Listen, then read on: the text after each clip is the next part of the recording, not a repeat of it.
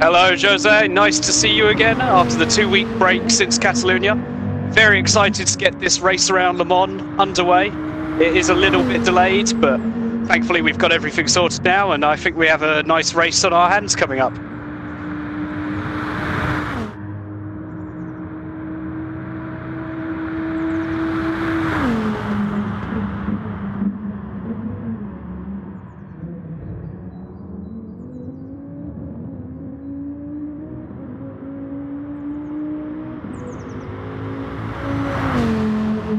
Perfect.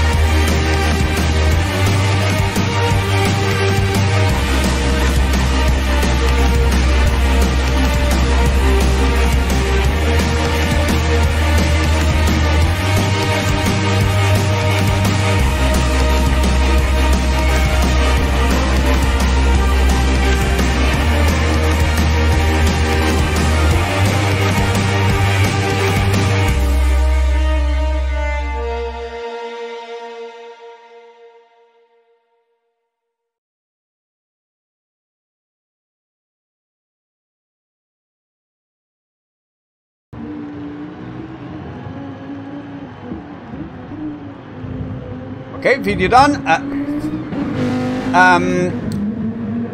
Done. I have a lap with Jill on board going around Le Mans. So I think I'm gonna just run it. We still have like not a long time on the qualify, but should be. We have about 7 minutes or so.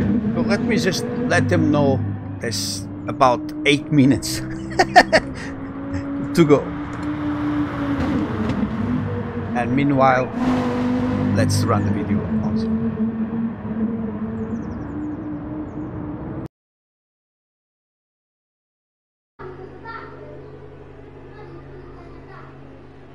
Hi everyone, welcome to Le Mans 24-hour circuit. I am here to show you one lap around the 13-kilometer circuit on board a Mercedes AMG GT GT3 class. I'm racing this car in Race 1 Championship. I'm a contender for that championship, and I'm just about to exit the pits and show you how we drive one lap around the Le Mans circuit on board these cars. So, first situation, I'm going to exit the pits, so the first corner will be much slower than on a flying lap.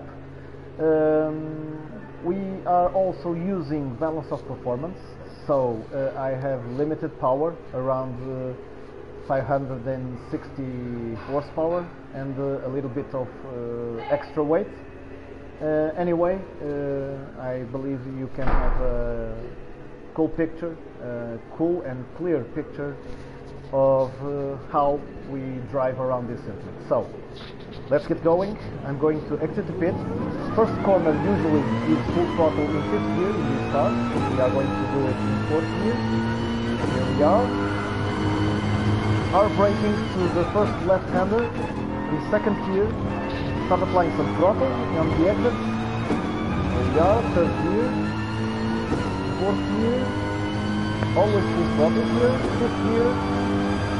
Now reducing to 3rd on this left-hander, applying some throttle again, 4th gear, full throttle here.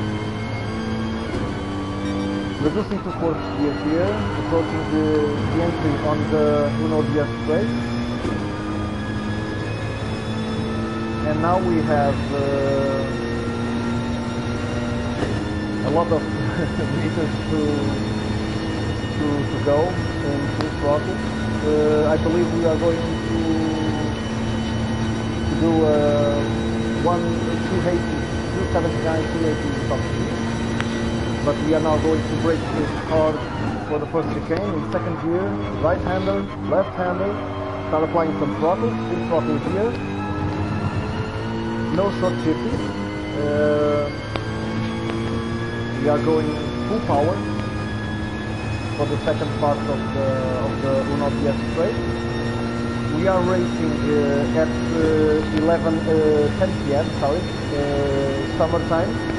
We are approaching now the second chicane. Another hard braking for the first left. In third gear, we make the apex, reducing to second gear on the right-hander and full throttle again on the edge. We are fourth gear, fifth gear,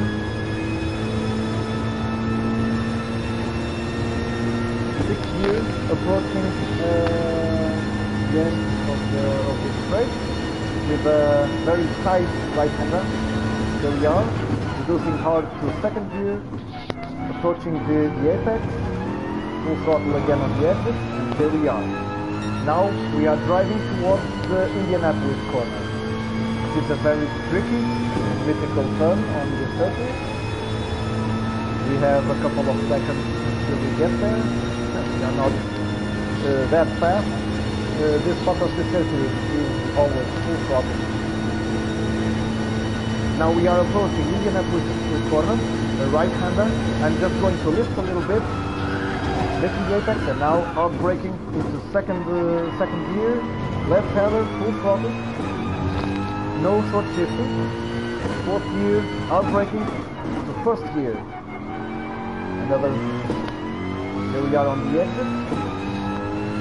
We left Indianapolis complex behind, and we are now looking for the Porsche turn. It's quite amazing complex of turns. We are getting there. I'm going to approach it at fourth gear. There we are in fourth gear. Almost 200 kilometers an hour, full throttle here.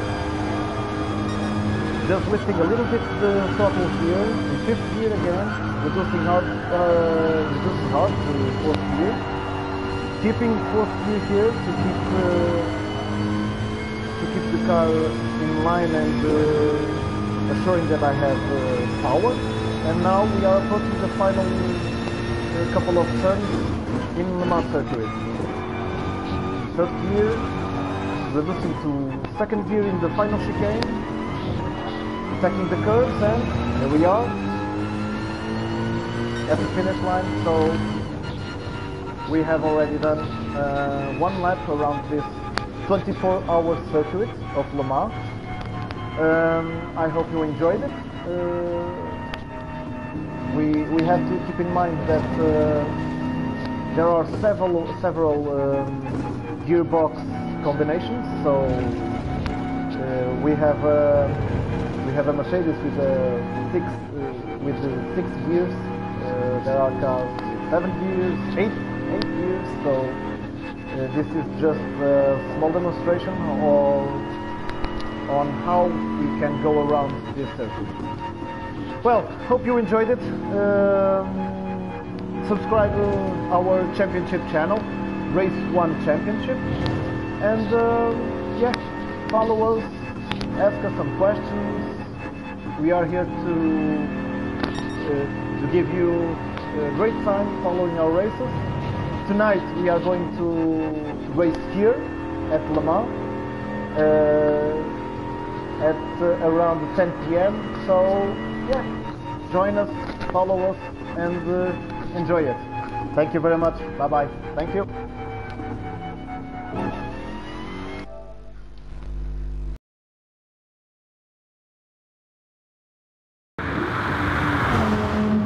Okay, and we're back live.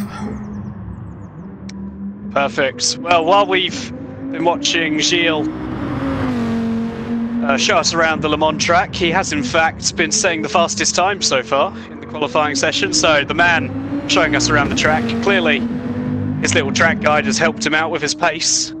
Currently sitting in pole position, doing very well. 3:57.8. Gonna let them know that there's about, what, 5 minutes to go, something like that? I think there's about a little bit less than that. Let's Probably, go with 4. yeah, let's go with 4. Yeah, around this track, you really want to start aiming for somewhere in the 3-minute region, because generally, if you can keep some 3-minute lap times in qualifying, it means you'll be relatively competitive in the race. And around Le Mans, generally you'll find you're stuck in someone's slipstream for the entirety of the race. Whilst Gilles is in fact 2.3 seconds ahead of Tegos right now, it may be that Tegos is able to keep up during the race, because slipstream plays a massive part around this track. You have those massive long straights that can really I can't think of the words. Help me here, Jose. I can't think of the words. I was a bit distracted, I have to say. So I was thinking about something else. You were saying that although something about the straights. The straights that they don't help Gilles out. It's difficult to break away. That's what I wanted to say. Exactly. Because the guy that comes after you, he gets on the slipstream.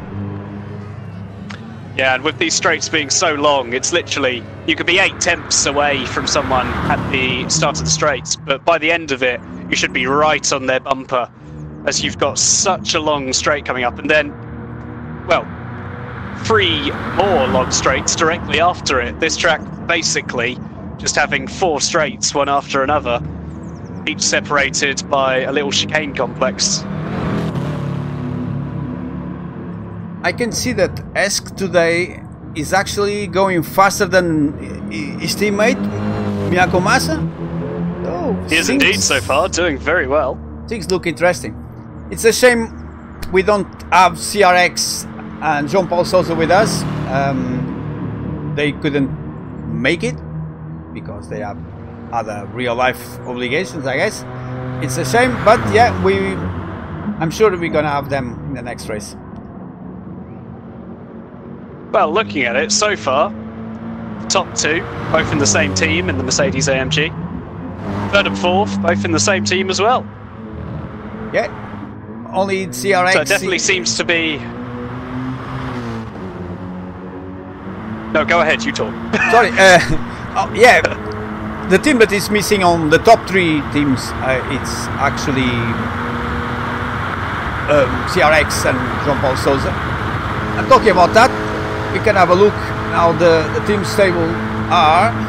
So, first place, TNT. Those guys are Tegos and Gilles. Second place is going to be Miyako Masa and Esk. And third is the team that's not here today, TRX, Respect, and Jean-Paul Souza. We can have also a quick look at the pilot's table. Gilles first, Miguel Sa, Miyako Masa second, Ruben Sa, CRX third, Tegos fourth, and so on and so on. We have to do this really fast because I have to announce that there's only like 1 minute to go. Yeah, I'm pretty sure there's 1 minute to go, yeah. Everyone should be on their final laps about now.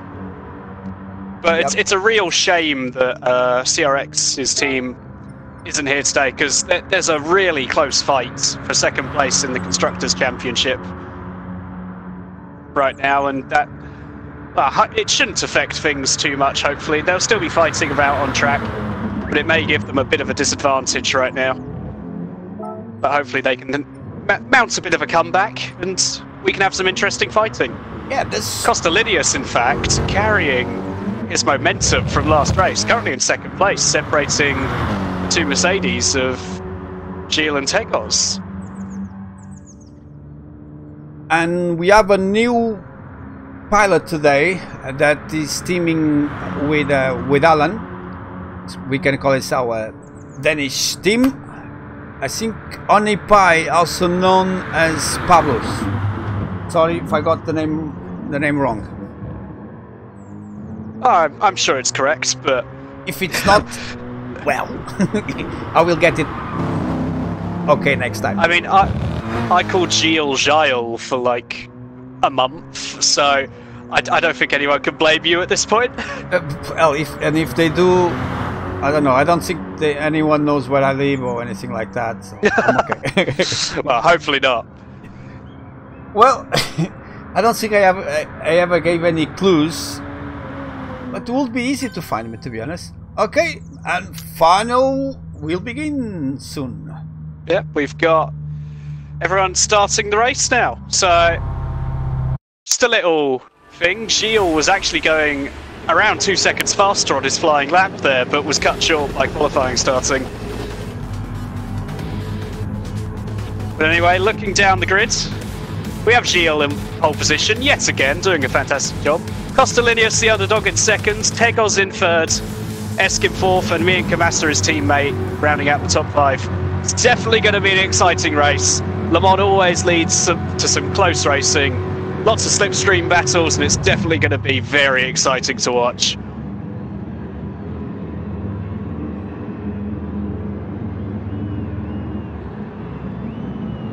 Looking now as they're just rolling underway. The lights are coming out, and they're underway. Most people having to start, unfortunately, in the chicane complex before they can actually accelerate away onto the straight. Such is the nature of this track. And in fact, we could have a few overtakes happening already, with Mian Kamasa right on the rear of Esk. That chicane complex has definitely bucked things up a little bit, but currently, everyone holding position seemingly, and yeah, we're underway for what is going to be a very exciting race. I can see that Gilles. Sorry? Gilles has already pulled a 3-second gap. Tegos and Costelinius very close to one another, in fact. It's definitely going to be interesting down the straight. Costelinius running a little bit wide, with Tegos now up his inside. His Mercedes power just pulling him along. And Costelinius with a 3-second penalty already for running wide there. Will cut back into the slipstream. Such is the nature of this massive straight. He hit the back of Tegos ever so slightly, so he didn't get the right speed. But Gilles already 1.6 seconds ahead. He's got a masterful lead. Costelinius now looking down the inside. Could he make a move going into the chicane? Tegos breaks a little bit later, and he holds the position so far. Costelinius getting a slightly better run out of the double corner. But currently Tegos holding on to second place. Costelinius just going right next to him. His penalty's gone down ever so slightly. In fact, choosing to back off a little bit and get back into the slipstream of Tegos. And it seemed Costelinius just deciding to get rid of his penalty a little bit. Mian Kamasa and Esk very close to one another, but not going for anything on either one just yet. And Costelinius smartly getting rid of 2.1 seconds of his penalty during that.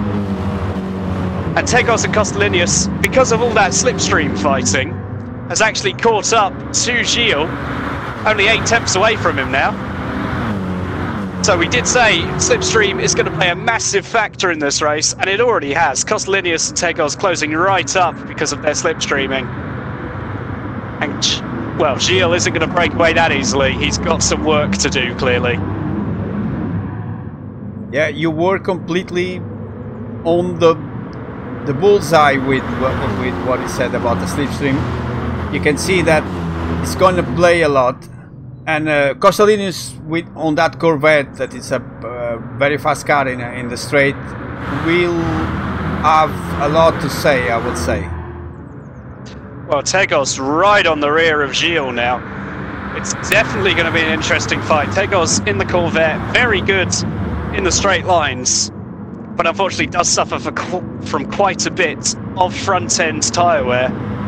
He has in fact got the mediums on his front, so he is very slightly on a different strategy to the others around him. but all of them very close right now. Tegos and Gilles only separated by 5 tenths. Costolinius a further 6 tenths back from Tegos. And it's definitely getting a little bit interesting. Mian Camassa has fallen back from Esk ever so slightly. Esk 2 seconds off Costolinius, but 1.3 seconds ahead of Mian Camassa. And Honey Pie, in fact, possibly looking for a move on Mian Camassa, the newbie. Almost going around the outside of Mian Camassa, not quite going for anything just yet. But it's definitely made his presence known to Mian Camassa, and Mian Camassa's going to have to watch out for Honey Pie. The rookie sensation. We'll have to see what happens with him. I can see that Alan pick a good teammate. Oh, for sure. His Danish compatriots, I think is the word. Yeah, I would say. Looking down the inside of Mian Camassa ever so slightly, not going for anything just yet, thinks better of it. But he's definitely pressurising Mian Camassa, and it could get very interesting, this fight. They're both on the same compound of tyres. In fact, Mian Camassa and Honey Pie both on racing mediums. Everyone else ahead of them. Slightly on racing softs for Costolinius. He's only on racing softs on the rear, but everyone else just racing softs all the way. As in fact, Tegos still right on the rear of Gilles. Costolinius seems to have fallen back a little bit. He may have made a mistake through the S's, as Esk is right on the rear of him now as well. But Tegos right on the rear of Gilles, in fact. 5 tenths back from him. We saw earlier Gilles at this stage on the track had about a 2.6 second gap to second place.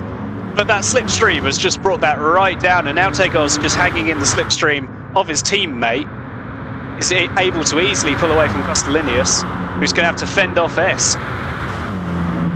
I can see that finally Tegos' new gear, he bought a Fanatec wheel drive, is starting to pay off. Oh, definitely, but looking back at Esk, actually, he seems to have gone for a move on Costolinius. He's got down his inside, that's made it work into the chicane. Obviously, Costolinius going to try to get a better run out of those few corners, and we'll have to see if he's able to mount a challenge back. He's closing up right now. As we said, slipstream, a massive factor around this track. But he's backing off ever so slightly. He's slowly burning off his penalty. He's playing this quite clever, as he could just get straight ahead, but then he'd still have the penalty to contend with. Whereas if he just sits in the slipstream and slightly backs off every corner, slowly burning his penalty, while still staying in the slipstream of S, it could be masterful for him, as he'll keep going at about a similar pace, but his penalty will slowly go down. And he's still 6 tenths off of Esk, so definitely still in slipstream range. And he's making it work very well for him, now only with 2 tenths worth of penalty. Doing very well so far. Yeah, as you said, it's been very smart about it. He knows that the straights will help him to make that time up in a bit. So yeah, it's almost done. Well, only 4 tenths back now. Could he be looking for a move going into the next few corners? He's proven he's quite quick. We weren't 100% sure what happened to him through the S's. He seems to be burning penalties still, and in fact now Costolinius has no penalty whatsoever, so he's played that masterfully. Still right in the slipstream of Esk in 3rd place. And we'll have to see if he's able to mount a bit of a comeback now. He's gotten rid of his penalty, so he could just go charging through now. And we'll have to see where, in fact, he tries going for a move. Obviously, straights considered the best place to go for a move. It's very easy to just slipstream. As Gilles seemingly has made a mistake somewhere, he doesn't seem to be responding. Something seems to have happened to Gilles. Yeah, I'm watching the replay, and I think he got disconnected. Oh, that's so unfortunate. He's just completely lost the car. Yep. Very unfortunate for Gilles there. That is so bad for his title challenge. And unfortunately, Gilles, with that disconnect, he had a moment where he was just in the grass and he was going full throttle, full brake, and it just didn't seem to be working for him. And now, well, not moving. Very unfortunate for Gilles, and it has in fact bumped Tegos up into 1st place. His teammate still doing the work, thankfully, for him. We'll have to see if Tegos on his own now can keep up a good pace and keep first place. Yeah, very unfortunate for Gilles there. That's a shame, but that's how virtual races work. That's how even real races work. You can have a problem, an engine problem, or well, saying that, something. Gilles is actually back. He's not disconnected. He's still going. I'm not sure what's happening. He seems to have fixed whatever issue he had, but now down in last place in 9th. He's going again. He's not done with this race. You're quite right. The miracle. Let's see what he does. I'm not sure. I have no idea what's happened. Well, 30 seconds off of the back of the rest of the field. We know he's proven himself to be one of the fastest drivers in this league, and a very fast driver outright in any situation. So we'll have to see if he's able to maybe make up a couple of positions. It'll be very difficult a minute back off of Tegos to even think about fighting for first place again. However, he definitely could mount a bit of a comeback, maybe claim 8th place, maybe 7th. I doubt he'll be able to pull off anything better than that, really. But it's not over for Gilles. That makes things a little bit more exciting for him, at least.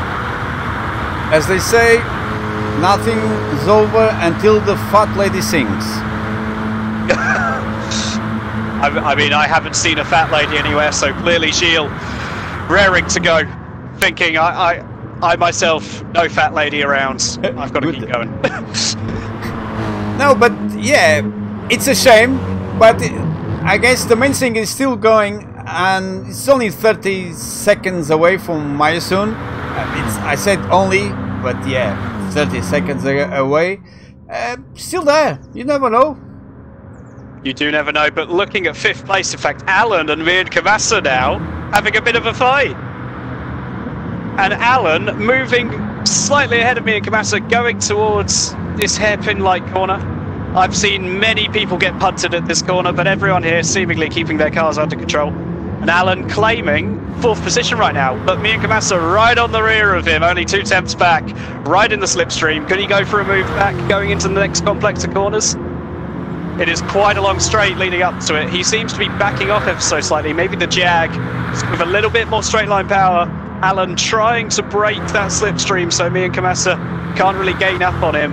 But in fact, Mian Kamasa not able to do that anyway. The Jag with such superior straight line speed that he's just able to pull away even with Mian Kamasa in the slipstream. And now Mian Kamasa's got his work cut out for him if he wants to get back up into 4th position, as Alan clearly man on a mission a little bit. He did quite well because he passed his teammate. I didn't know if he had a problem or not. And then all of a sudden, he's in front of Mian Kamasa.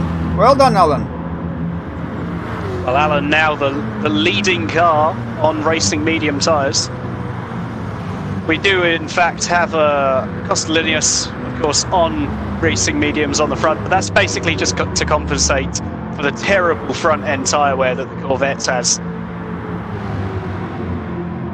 Hopefully, we'll see a little bit of a different strategy evolving here. Of course, Le Mans, not typically known for high tyre wear. You have very long straights, and it's easy to conserve your tyres, very easy to conserve fuel when you're in slipstream, as you can short shift like hell the entire way down the straights and just save so much fuel in the slipstream. That may, in fact, have been what Tegos and Gilles were doing earlier. They were obviously very close to one another, but now not so close to one another, and, well, they're going to have to work for it a little bit. Esk holding a 1.7 gap to Tegos right now. Definitely seems like he's going to be making Tegos work for that victory. I'm quite happy to see Esk a bit more in the front today. I know he's a fast pilot, but lately he hasn't had that much luck or the chance to be in the front. But today, look at him. He's trying to get something more than even the 2nd place. Well, he's definitely been setting some good lap times. Currently, his lap time's just a little bit faster than Tegos. In fact, Esk holding the fastest lap so far, that 3:59.8. I did say earlier, you want to get in those 3-minute lap times. 4 minutes good, but when you get into those 3 minutes, you really know that you're pushing your car to the limits. And he does seem to be gaining up on Tegos. He didn't through that first sector of the track, but maybe later on is where he makes up most of his time. As in fact, Mir Kavasa launching a little bit of a comeback on Alan. Not able to go for anything just yet, but the two are very close to one another. Mir Kavasa looking down the inside, not going for anything just yet. Very close between the two of them.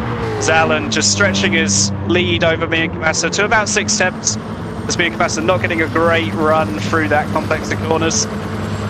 Now Alan pulling away ever so slightly in that amazing straight line speed Jag he's got. We do love a Jag. Okay, Dan. I think I'm gonna do a quick check on the positions. So, Edu in the front with S 2.7 seconds away, followed by Kostelinus at about 3 seconds. Alan 4 seconds after Kostelinus. Mir Kavasa very close to Alan, 1.5, very close, kind of. 2.5 seconds after Onipai. Then Ani Aquino.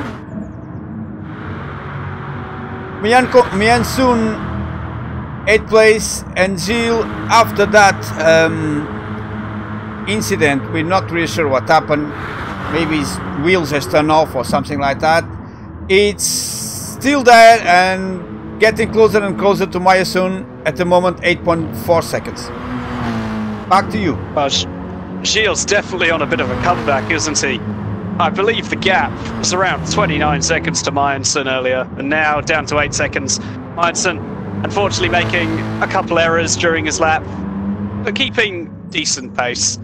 Of course, we know Gilles, always a front runner. And we'll have to see just how quickly he's able to reel in Mayenson. Currently everyone seemingly spread out a little bit, but yeah, Gilles doing very well so far. I believe that Gilles was going in the quali at about 3.56, so potentially 3-4 seconds faster than the fastest at the moment. So yeah, he has time to go on after Mayenson. I hate to interrupt you there, but Mir Kavasa's made a little bit of a mistake going through the Porsche curves. Sorry for interrupting you, but Mir Kavasa, he ran a little bit wide going into the first section of the Porsche curves and has now lost a position to Honey Pie. So you'll look at the replay and see him just drift wide going into the Porsche curves and slightly into the gravel, and that moves Honey Pie straight ahead. Oh, as Mir Kavasa again making a mistake, going into the pits, he's just slammed into the wall. Oh, it's not going well for Mir Kavasa right now. Very easy to do that. I've done that myself around this track before. It's just, you try braking as hard as you can to really maximise that pit entry so you don't lose too much time. And in doing so, he just seems to have broken a little bit too late and has gone straight into the wall. Really unfortunate there for Mir Kavasa. Now he's going to have a little bit of a fight back if he wants to get ahead of the two Danishmen ahead of him. Honey Pie and Alan doing very well so far, pretty much seeming like they're around 5th and 6th. Overall doing very well. I think their team got revived with Honey Pie coming into the race, into the championship. And Kostelinus got 2nd place at the moment because Tegos stopped on the pits, but he got another penalty, 3 seconds. Yeah, not very good for Kostelinus. Unfortunately, he's going to have to burn that at some point in the lap. However, we could start seeing people on different strategies, because Tegos and everyone behind him seemingly, well, they've come into the pits at this point. They've put on mainly another set of soft compound tyres. Could we in fact see Esk or Kostelinus trying a one-stop around this track? It's going to be very difficult to do so. But if anyone could do it right now, it seems Kostelinus would be the person. He's got a decent amount of fuel. And it might be that he's trying a one-stop. We're not 100% sure whether that would be faster. However, you do lose a massive amount of time in the pits around Le Mans. And Costolinius may have just thought, if I just fuel save enough and only do one pit stop, it may be worth it. And I may be able to win this race. And so far, doing a brilliant job. Unfortunately, Esk, not with the same amount of fuel. He's got about half the full fuel of Costolinius. He's going to have to come into the pits this lap. But it's definitely getting interesting. I guess that being on the slipstream and trying to get rid of the penalty does save fuel? Well, when you're lifting off, obviously, you're not using the engine's power, so you are saving ever so slightly a little bit of fuel. Obviously, when you're in the slipstream, you can turn the fuel mixture right down. I remember around this race in an FIA race before, generally when you're in the slipstream, you just want to save fuel because that can be a key element when you're fighting other people. You'll see people coming into the pits with 10%, but if you've got 20%, you can easily jump them in that pit stop, and that can make a massive difference in the fight. So Costolinius possibly thinking about that, and well, currently doing very well on the fuel.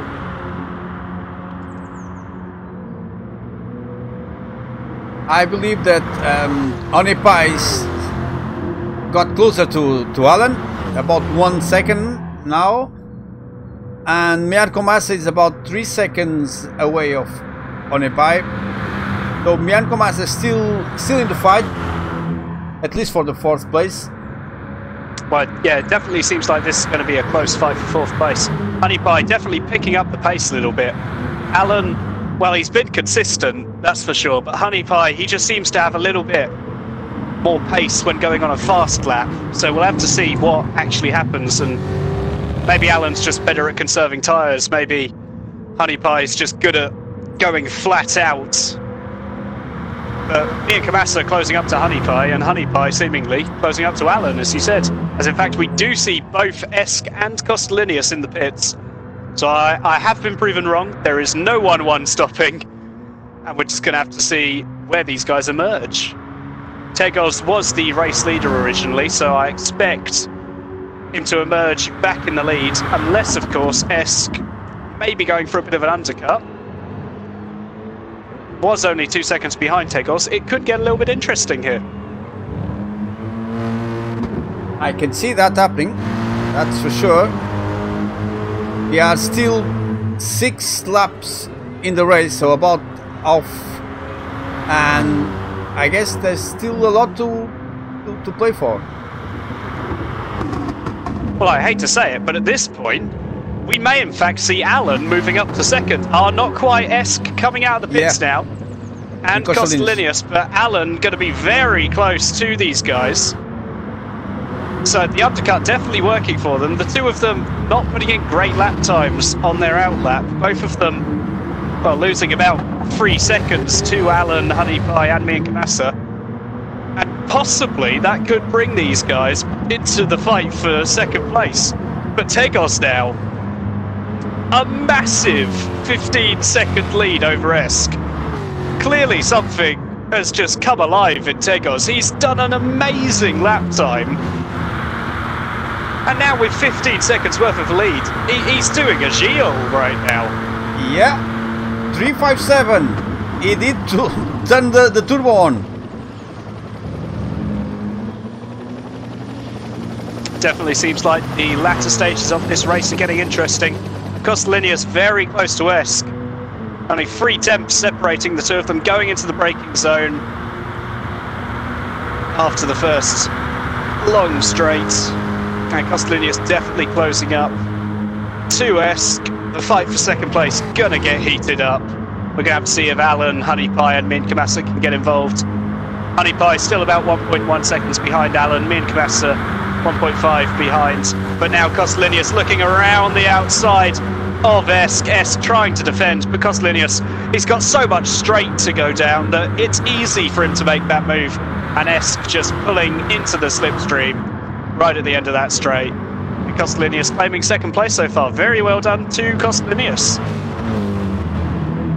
I do love to see the lights in Le Mans. Makes it The more lights real. around Le Mans, just they're amazing, aren't they? It makes it feel like you're watching a real race at this time, because obviously at this time it's starting to get a little bit darker, and you need some of the lights on, and Gran Turismo has definitely done that very well. The lighting around these tracks. Unfortunately, we can't have this race at night time. I would love to see a nighttime Le Mans race.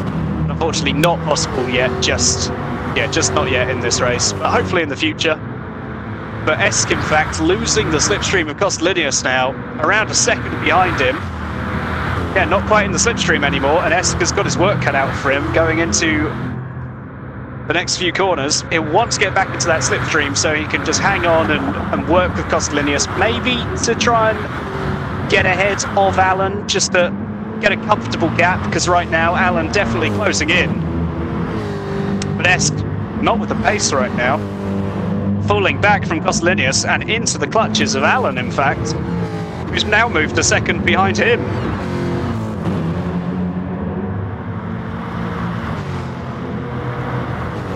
And Mianco Masson getting close to Honey Pie. Oh, me and Kamasa very close to Honey Pie. This is definitely going to get interesting. I doubt he'll go for a move going into the Porsche curves. He's not quite close enough to go for anything. As Alan right off into the gravel. Oh, very unfortunate there for Alan. He was right on the back of Esk. He was closing right up. And maybe that caught him out a little bit. Maybe he would just had a little bit of overspeed from the slipstream, and that's put him right into the gravel now. 4 seconds back. It just seems as though he forgot to brake a little bit, and yeah, straight into the gravel there for Alan. Very unfortunate for him. As Honey Pie actually now behind me and Kamasa. We just missed that move. Hopefully you get it on the replay. Very sorry. I think we did, yeah. It's amazing, this replay. We can see everything. Yeah, that was a bold move from Mianco Massa.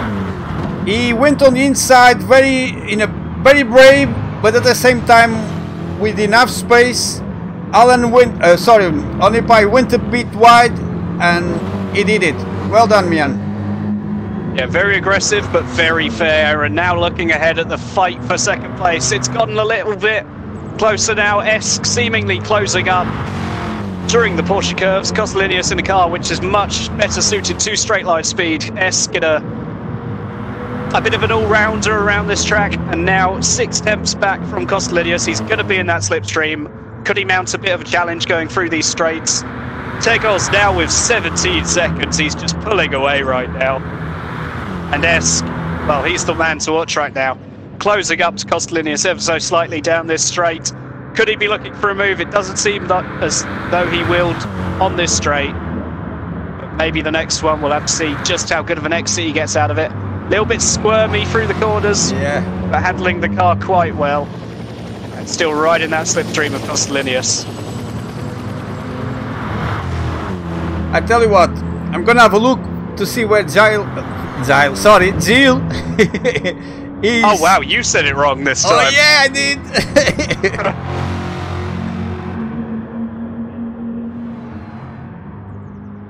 Oh, Esk is very close to Costolinius, not quite going for anything just yet. So currently, Costolinius and Esk, well, they're separated by about 5 tenths. Esk could definitely go for a move at some point in the next few corners, but of course Gilles, well, he's up to 7th so far. He's doing well. Can't doubt the man's pace when he's come from 30 seconds off of the back of the field. Has moved up 2 positions, definitely doing well so far. He didn't give up, not yet at least, and he's getting close to Alan. Not sure if he's gonna be able to get to Alan, but he's not gonna give up. Well, we know Alan's been doing quite well. He did have that unfortunate mistake which has dropped him down to 6th place, but he's kept very decent pace the entire way through the race. And Esk, very much the same. He's closing up to Costolinius now. About 2 tenths back. He's just backing off ever so slightly as he doesn't feel as though he's close enough to go for any sort of move just yet. And Esk, well, he's holding 3rd position so far. Costolinius in second place, but not comfortably. Esk is definitely right on him through most of the corners, down those straights, and he's just putting him under pressure throughout the entirety of the track. Esk doing a brilliant job so far. You said before, not typically known to run at the front of the field, but this time he looks like a seasoned veteran. He's doing very well in third position, and he's looking to challenge for even more. Doing very well indeed. Don't get me wrong, he is fast, but I guess he's still adapting a little bit to this game, coming from budget cars. But I know he can be in the front. He has the potential for that, and today he's proving it. Well, he's definitely proving it in terms of racecraft. Kostelius and Esk been doing that excellent job of providing us with entertainment. Of course, normally we have some good entertainment in CRX and in Kamasa, but this time Kostelius and Esk, well, they're the people to watch, it seems. But we have, in fact, had brilliant fights from me and Kamasa. Honey Pie the rookie and Alan all doing very well. But currently, we've got, well, fights up and down the field. We've got Tekos stretching his lead ever so slightly. It's gone down by about a second throughout that lap, but still 15 seconds. He's clearly very comfortable in first position, as he just got the strategy correct, it seems, during this race. As Esk and Kostelius so close to one another. Esk looking down the inside because of Kostelius' little mistake. A little bit of contact, but overall a pretty decent move from Esk. Wasn't much Kostelius could do, really. He was just squirming through the corners. The Corvette, not with much grip, to be fair, on any sort of worn tyres. As in fact, Esk doesn't have much better tyres than Kostelius right now. And Kostelius, well, he's going to have to try to mount a bit of a comeback. But unfortunately, the tyre wear, well, it's not going to help him. He's been squirming around a little bit through the corners, whereas Esk has been keeping things nice and smooth so far, and, well, it shows in his tyres. He's definitely got a lot more life in them right now.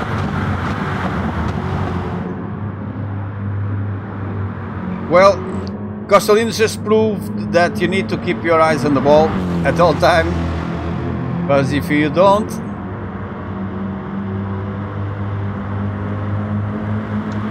it is very difficult in that first sector. You can sort of catch your wheel on the edge of the curbing there, and it can, well, send your car into a little bit of a spin.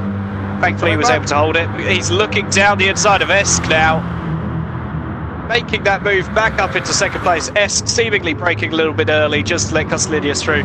He knows that he's got the pace to get ahead of Kostelius again. He's done it once, he can do it again, but currently Kostelius, well, he's fighting for dear life right now.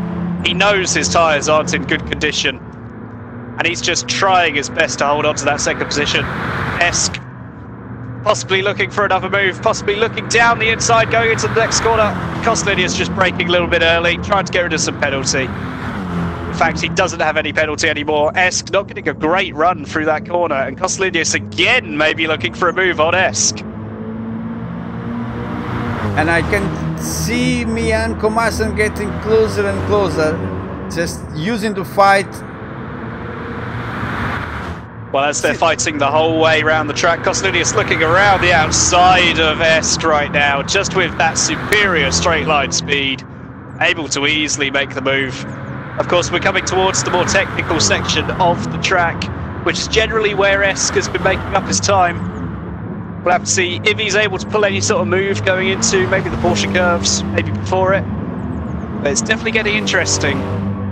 As, well, looking at the front tyres of Kostelius, they're just so much more worn than Esk's. And in fact, he's got a little bit sideways out of the corner, lost the car a little bit, and Esk may be taking advantage of that, looking down the inside going into the next corner. He definitely doesn't have the straight line speeds in that BMW, but currently looking, he's got his nose in, but Kostelius just defending very well so far, and not able to go for anything just yet is Esk. But he is right on the rear of Kostelius, and Kostelius is going to be feeling a lot of pressure right now. I just had a look at Mian Komasan tires. I don't think he's going to be able to do much better than the position he's at the moment. because if he gets to these guys in a fight, and Kostelinos pit stop. Well, he was on the soft compounder tyres, and they just didn't seem to be working for him, to be quite honest. He's got 39% of fuel, though. He's got a massive amount of fuel. Esk, well, he had a similar amount of fuel, but that could be why Tegos emerged so far ahead of the rest of the field. He just underfueled his car ever so slightly in comparison to the others, and now Tegos, or maybe, will be in the clutches of Kostelinos ever so slightly.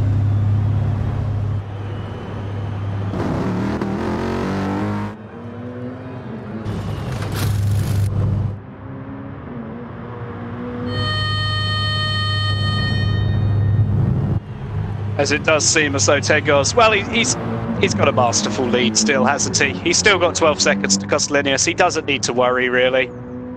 But we're going to see where Esk comes out later. As Kostelinos, well, he's got onto soft tyres again. That could be interesting later on in the race, as, well, we saw his soft compound tyres earlier. They were just dying so fast. And yeah, we'll have to see how he fares towards the end of this stint. He should be alright, I would say. 3 laps to go. Well, 4. Let's see. You know, in theory, they maybe feels that he may struggle towards the end. We'll see. Well, Mir Kabasa, he's definitely lost a bit of time in the pits, Kostelinos. He had to refuel a little bit more. And now about 9 seconds behind him. It's definitely going to be a tough one if Mir Kabasa wants to make up any more positions and get himself onto that podium. It seems as though the podium positions have been locked down right now by Tegos, Esk and Kostelinos. We're not sure in what order, but it does seem as though these guys will be your podium finishers unless anything exciting happens later on.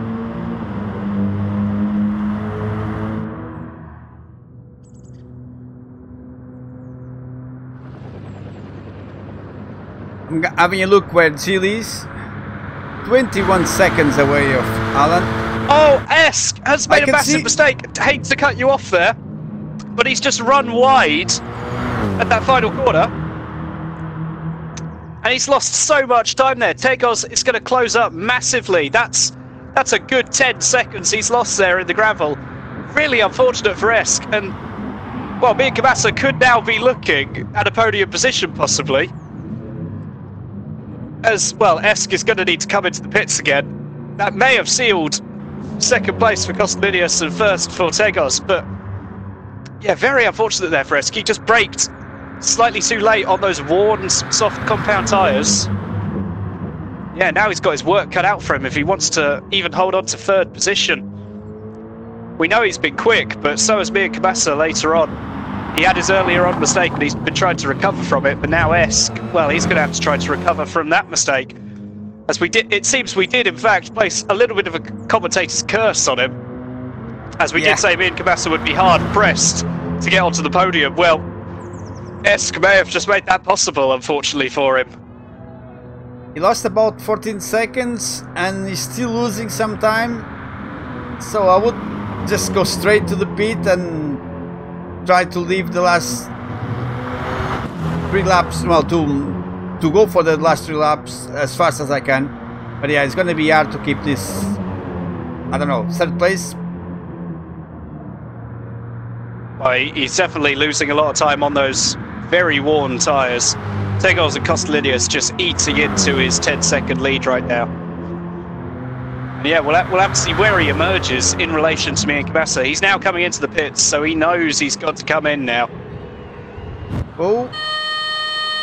Very sketchy going into the pits there, but he handled the car, thankfully. And yeah, we'll have to see where Mir Kabasa emerges in relation to him. Esk, with 22% of fuel still, he's definitely done well on the fuel-saving front. But as we know, Le Mans, with a very long pit stop, Kostelinos should be ages ahead, as will Tegos. But Mir Kabasa is the unknown right now.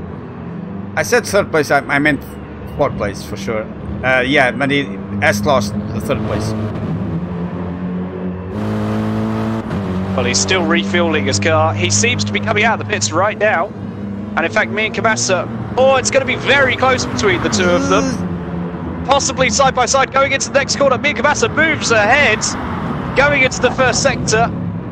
And yeah, me and Kabasa claims third position. We said it was going to be close, but we didn't quite think it was going to be that close. Me and Kabasa and Esk side by side momentarily as Esk came out of the pits. So me and Kabasa just round the outside, which turned to the inside. Claimed third position. However, Esk now on fresh tyres. It's going to be an interesting fight between the two of them, that's for sure.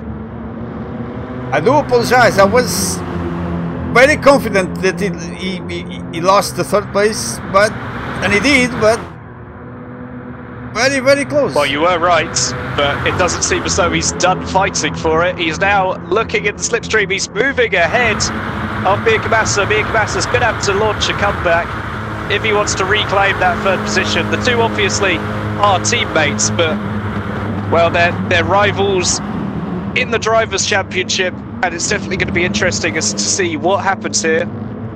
Obviously, they'll want to work together to solidify this third and fourth position. They won't want to lose any more positions to possibly honey pie 8 seconds back. But I do think it's very unlikely that they're going to be catching up to Costolinius 10 seconds ahead of Esk right now. So possibly they'll work together, but of course they do have their own interests right now. Both wanting to move up in the Drivers' Championship, both wanting to claim that final podium position as well. Alan, if you are on Mirko Masson's shoes, what would you do at this point? Well, to be honest, I'd bide my time in Esk's slipstream, to be honest. As, well, just looking at the fuel, actually, Esk, he's massively underfueled. And, well, me and Kabasa now up into third position again, as he's gone down the slipstream, but Esk, he's got much less than half a tank. It seems everyone else with around half a tank. Tegos, I think Costolinius with the least out of everyone else, but Esk has a good 15% less than Costolinius. Could he possibly have made a mistake here? He's definitely right on the limit of fuel. This could be a little bit interesting. He might need to stay behind Mir Kabasa and save fuel, in fact, because that is a very low amount of fuel for 2.5 laps. It's a very interesting point, and I'm not sure. I would expect that they've been training for the last 2 weeks and they kind of know what the car spends, but I'm not sure. He's still going for third place. Oh yeah, he's not done fighting clearly, so maybe he does think he's got enough fuel. He's sitting on about 25% right now though, and well, generally that's not enough to get around for 2 laps. I'm not 100% sure Esk has planned this correctly, because 25% is not enough fuel. I'm dead certain of that, because if it was, you'd be able to do a one-stop, and we know that that's not possible. So we'll have to see what Esk does here.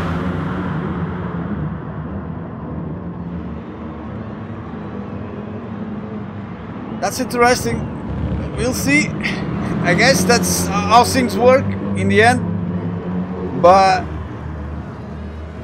I don't see him saving petrol, so true. Well, it's a tough one to call. Maybe he has done this wrong, but maybe he's just purposely done it and is deciding he's going to short shift. But it doesn't seem as though he's doing that either. So I really don't know what's happening right now for Esk, because 25% of fuel, we've seen it's not enough to get around for 2 laps. So I'm very interested. Oh, as my voice went a little bit there. I'm very interested to see what actually happens with Esk, because, well, yeah, I don't think it's enough fuel.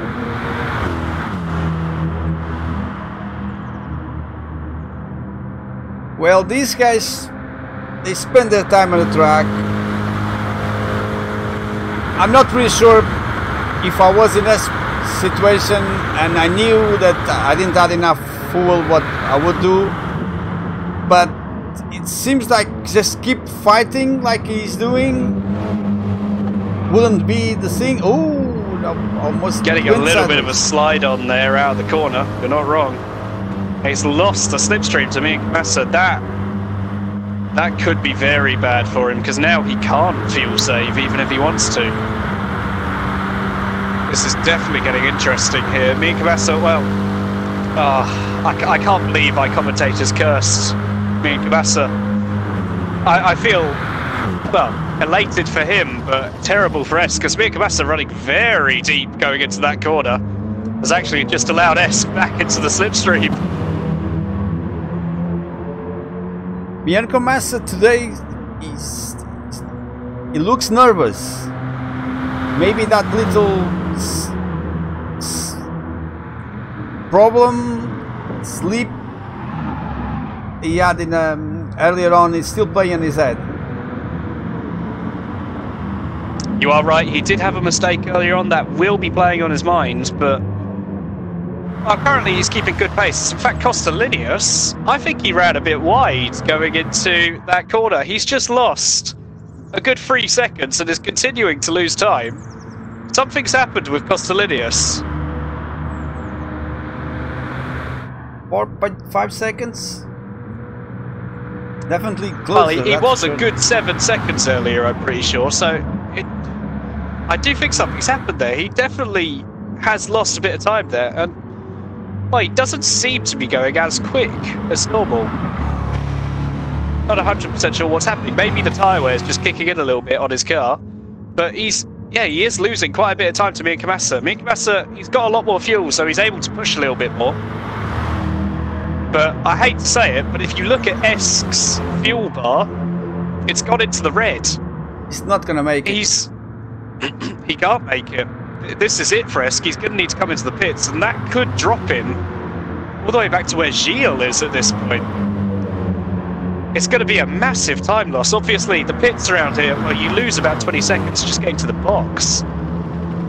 So really unfortunate for Esk.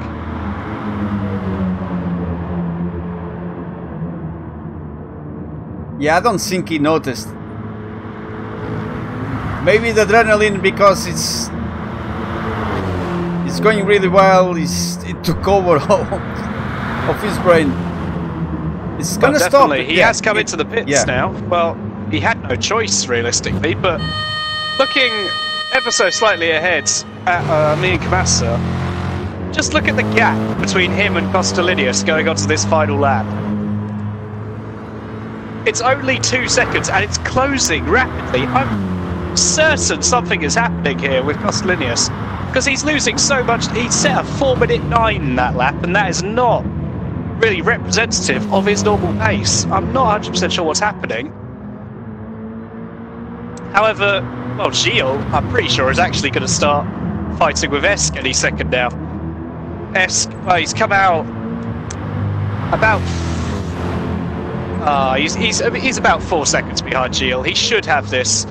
He hasn't put on fresh tyres or anything, but he didn't really need to. And he's got enough fuel now to go to the end. Oh, Mick Massa, yeah, you're right. He's gone down the inside. And there's nothing Kostolinius could do. I'm really... Oh, and Kostolinius with an 11-second penalty. Oh my God, what has happened there?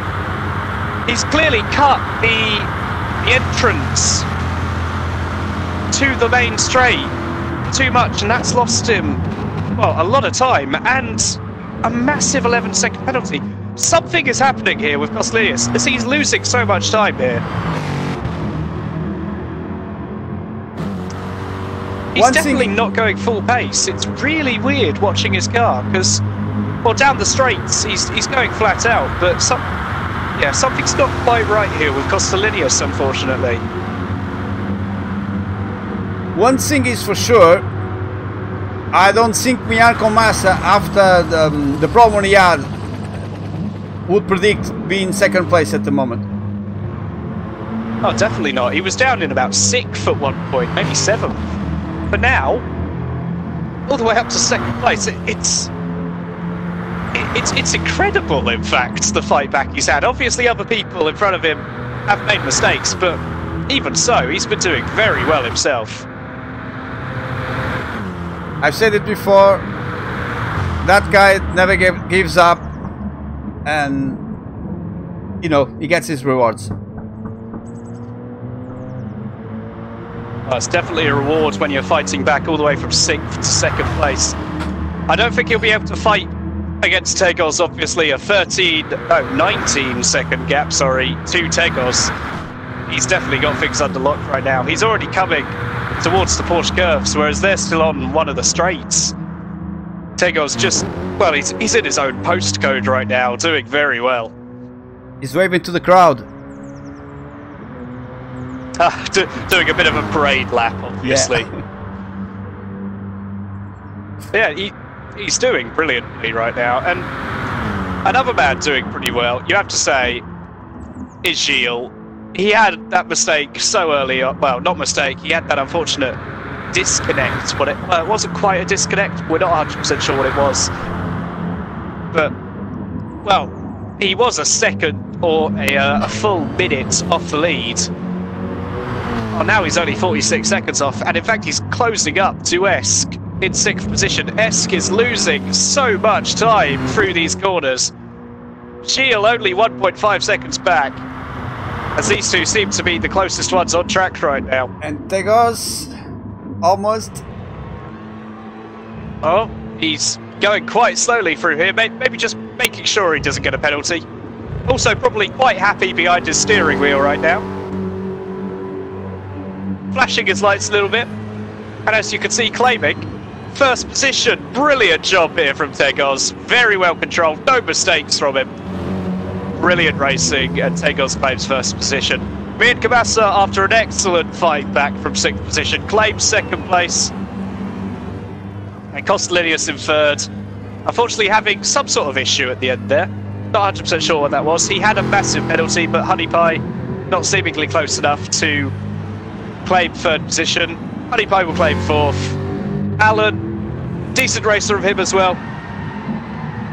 Following along his teammate in 5th position, very well done to him. And Gilles claiming 6th place as he's overtaken Esk. Not sure what happened Esk. there. No, I'm not 100% sure myself. Esk down in 7th position now.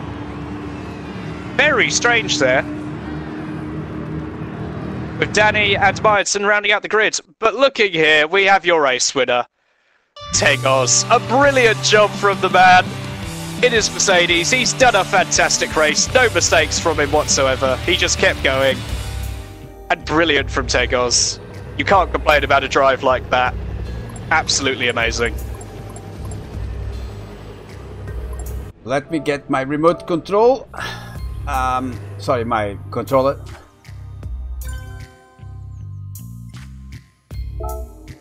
I'm gonna invite the first 3 places, so I guess we will have the chance to understand a little bit better what happened with, for instance, Kostolinius. Well, it definitely seemed as though Kostolinius, something happened at the end there.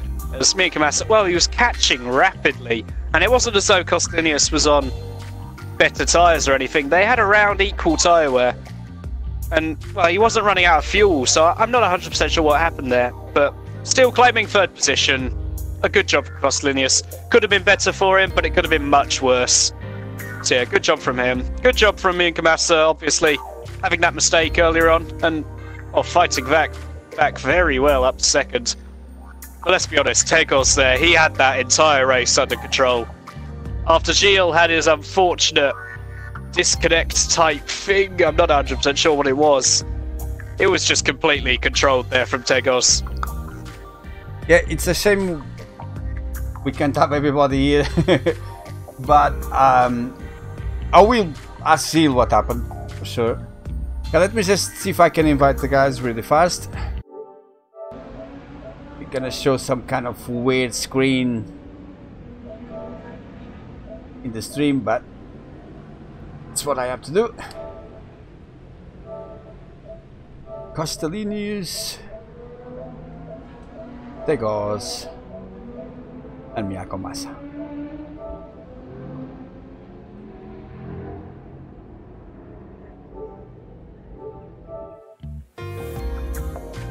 Probably we need to see if everybody's okay speaking English.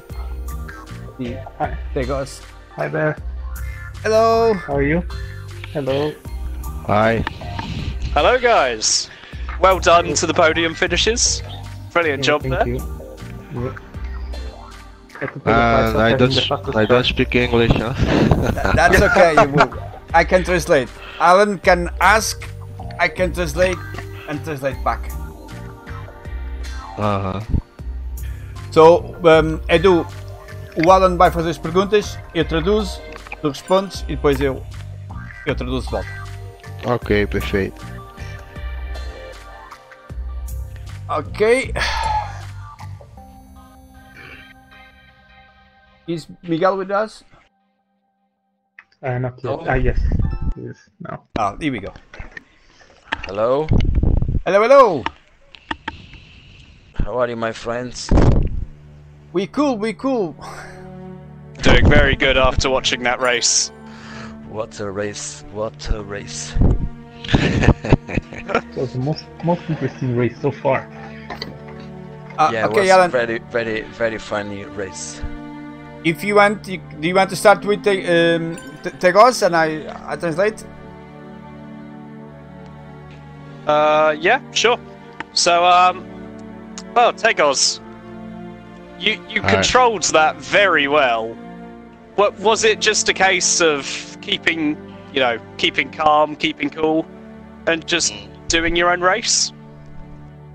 O Alan está a perguntar é que a corrida foi muito bem controlada por ti e foi só o caso de manter o controle, manter calmo, deixar a corrida correr de uma forma normal. Sim, eu e meu companheiro de equipe, né, o Gilles, definimos a estratégia de 2 paradas e pé no fundo, né, sempre, para distanciar aí dos adversários, e a estratégia deu certo. Pena que o meu companheiro teve problemas com o volante, o equipamento dele. Resolveu um pouco tarde demais, mas eu acredito que ele ganharia com certeza essa corrida fácil. E no segundo stint só foi mesmo controlar ali o carro, trazer o carro para casa com calma. Okay, so Tegos is saying that yes, him and Gilles, they studied the strategy and then decide to do a 2-stop race and to go as fast as possible to gain as much distance to the third and so on, and that's more or less what happened. And he said also that it was a shame that Gilles had a problem that, by the way, was a wheel problem, because he believes that Gilles probably would win the race if it wasn't the case. Oh, that's fair enough. We did know that Gilles was very fast throughout qualifying, obviously. In the practice sessions, he was setting pretty consistent 357s, 58s. Yeah, he was doing very well. Very unfortunate for him that he had this mistake. Oh, sorry, his incident with his wheel. But, well, his teammate was there to pick up the pieces, thankfully. I have a quick question for Edu. Edu, então a adaptação ao volante novo está a dar frutos? Sim. Demorei mais ou menos umas 2 semanas para me adaptar. Consegui colocar um ângulo de grau aqui no volante correspondente ao carro, né? E durante os treinos eu fui ajustando também a resposta do ABS. E com isso o carro, a resposta da pista, o force feedback ficou excelente e um pouco superior ao TGT da Thrustmaster. Okay, so I ask Edu if this result is also reflecting a bit, even changing his wheel drive, that I know he was having some problems to adapt. And he said yes, he was able to find a nice setup and with an angle and also the ABS response, and he believes that the force feedback is superior to his TCT, his previous wheel, and that did play a role on this race. Fair enough. A new wheel definitely makes things a little bit better sometimes. Force feedback plays a massive part in your race sometimes. Alan, do you have any more questions for Edu? I'm good personally. But yeah, thank you, Edu. You put on an excellent display. Okay. Okay, so yeah, let's go with the second place, Mr. Miyako Masa. That today he had a carousel of emotions, I bet, going through his head. So I will go with the first question, if I may. How did you saw the race, Miguel? You weren't going that fast in the beginning, then you had like a mistake.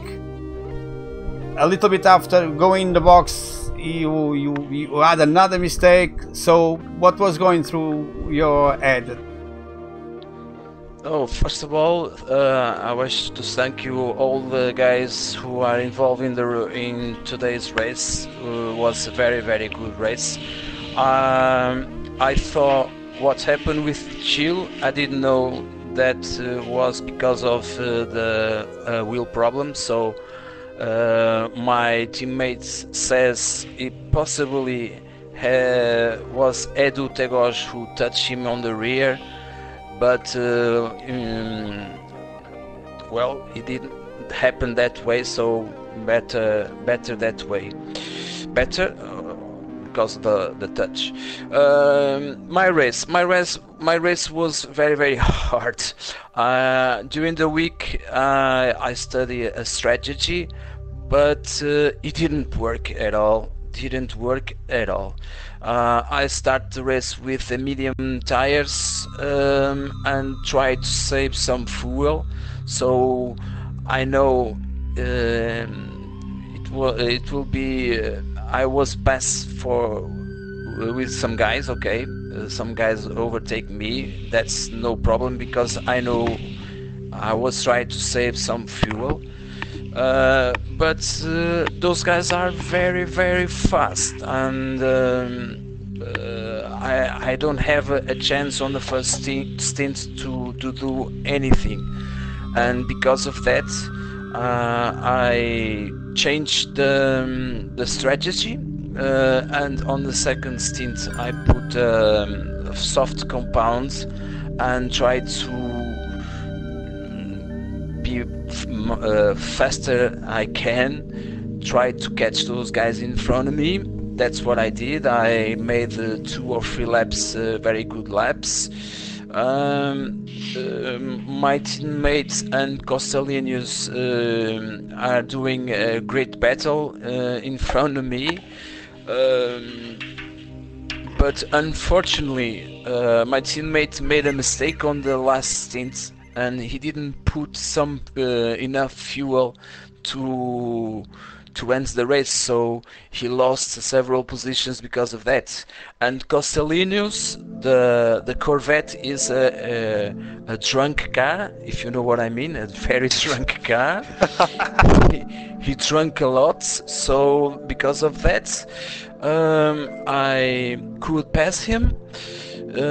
Was very, very good because I didn't expect at all to finish the race in the second place. So thank you guys, thank you Costellinius. You need to you need to put your car to drink a little less. A restrainer on it. Edu just left us. He had to go. He just said goodbye. It may look like it dropped from the party, but that's what happened. Anyway, let's continue. Alan, any question for Miguel?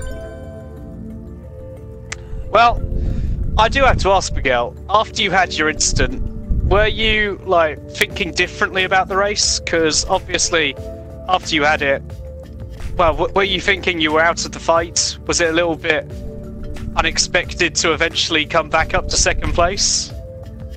What was your like mentality throughout the race, basically? Yeah, it was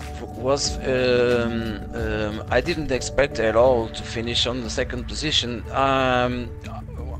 When I go to pits on the first stop, I made a mistake. I brake later and I touched the wall, so I lost several seconds over there. So, and I think to myself, well, that's ruined. The race is ruined for you. But after that, I saw I could have a possibility to catch Esk and Costelinius, because I was around the 3 seconds from those guys. I been persecuted by Gumsey and Honey Pie on the Jaguar, because my car on the straight line, I think it wasn't very don't have the, or it wasn't faster enough. Okay, so it was very difficult on the second part, on the first part of the race. The second part, like I said, I changed my tires to soft compound, and I try to go hard as I can, fast as I can.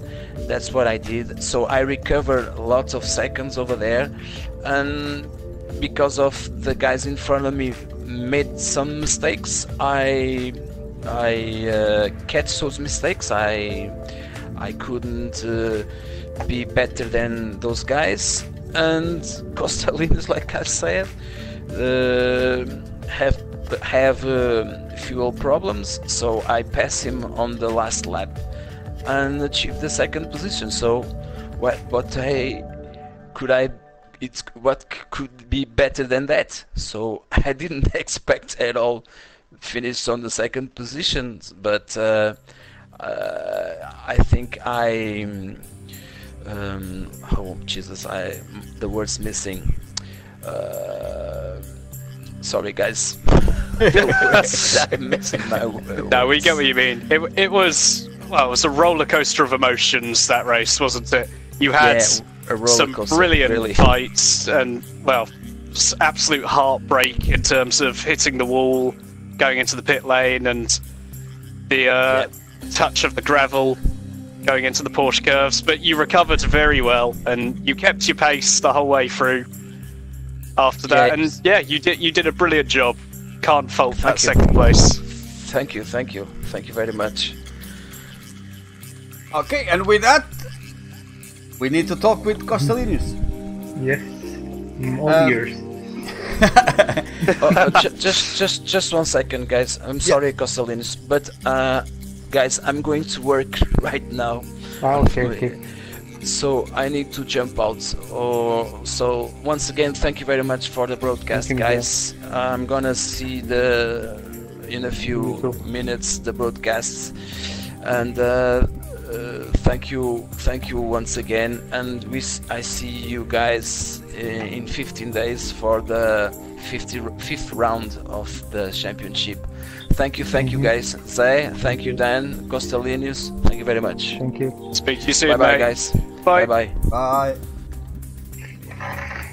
Okay, then, do you want to do the honor and talk with Costelinius? You had a massive roller coaster as well yourself, to be fair. You had an amazing fight with Esk. I'm sure you're very glad you were able to beat him in the end, but you had a bit of heartbreak towards the end with Costelinius. Do you just think it was a case of your tyres being absolutely shot that you won't be able to hold second place? No, So- it was. I did study the strategy, and I tried to stick with that strategy, and I even saw Gilles and Edu going away, and I thought, no, that's okay, because I'm going only to do a 2 pit stop, and I think this will work fine. I was doing the maximum fuel saving on sector 7 and sector 1, the beginning of sector 1.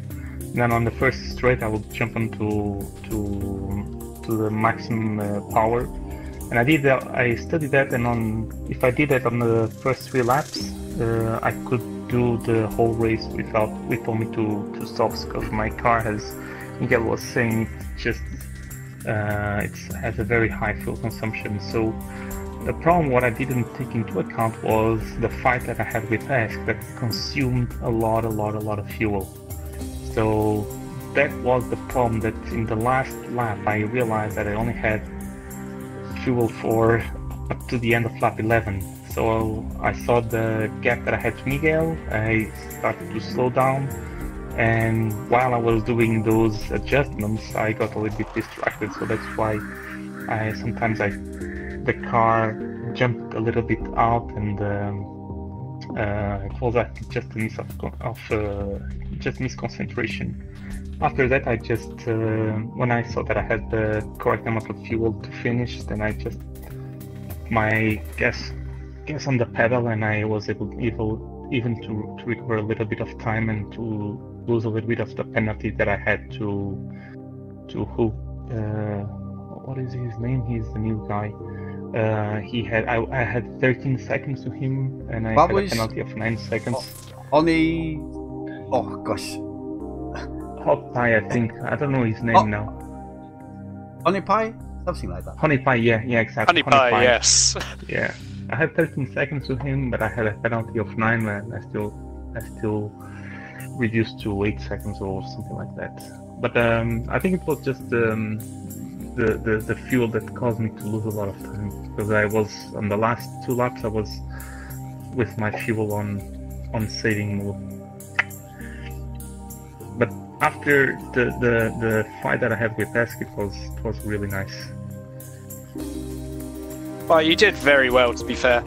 I do have one more question though. So obviously, 3rd place, you can't knock it, you can't hate it, it's still a podium position. However, if you could have done the race again, would you have done anything differently? And what would you have done differently? Yeah, I would definitely change my strategy to save a little bit more fuel in the beginning, or put a little bit more fuel when I stopped at the second time on the second stint. Because although when you fuel up, it tells you have put the right amount of fuel. But I should have put the whole fuel tank, and I would save because I lost 13 seconds roughly.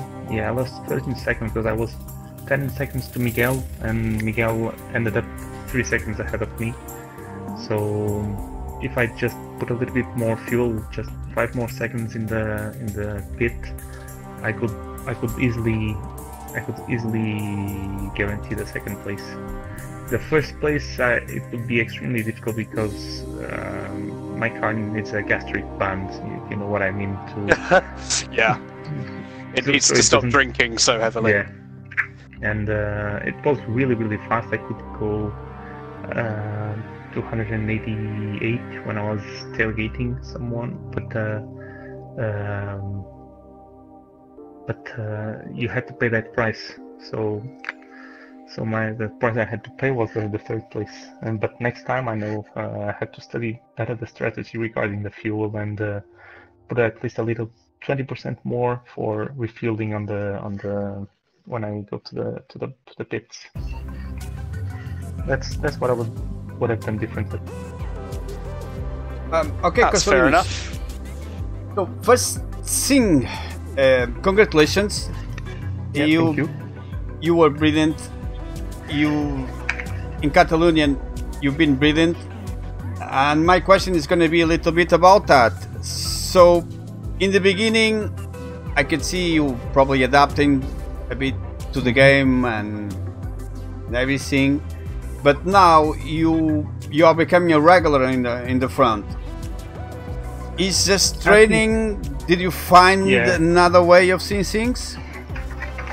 I think practicing plays a lot the good results, because I used to see guys like Ruben and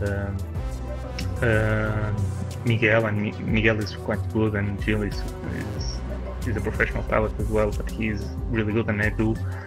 And I used to see that they are really fast, and I started practicing, and I noticed that you really progress really fast if you practice. So the practicing does pay off and puts you in the top 5 places and fighting for and doing best laps, and so I think it's really important for you to practice a little bit to if you want to do a good result on a race, and of course it takes time to get adapted to the game, and it took me a little bit time to transition from project cars to this one, but the most important thing that I even tell to my teammate is, if you practice enough, if you do time trials, you will start losing. You start cutting 2 seconds to your laps, and you start being on the top position. So yeah, my answer is, if you continue practicing, you just go to the higher places. So yeah, I can see. yes. So I just have to say this: I'm happy that you are fighting for the first places, because from our point of view, our commentating point of view, it's nice when we see more and more people fighting. The race is getting more interesting, and yes, I know you are a fast pilot. You know, I saw you on Project Cars, and I'm happy that you are getting the results now. Thanks for everything. Yeah, it pays off. Yeah, for sure. Alan, anything more to add? Well, just that my name is Dan and not Alan. Oh, sorry, gosh. Oh, God. Could be worse. I could call you... Well, you could have called me Gilles, I guess. Yeah, so... there we go. Oh, God. But no, that's it from me, to be fair. I think we've asked all the questions we need to. You know, me, Alan. Oh God, you know it is.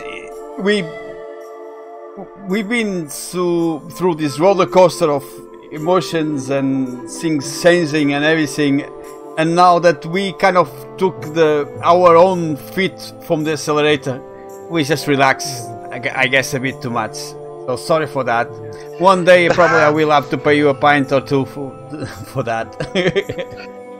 I'll take that up in the future. Yeah, sure. Okay, guys, and that's it. See you in 2 weeks. I will say goodbye. That's it. See ya. See you next week, or next 2 weeks, guys. Thank you. Yeah, thank you. Cheers. Bye bye.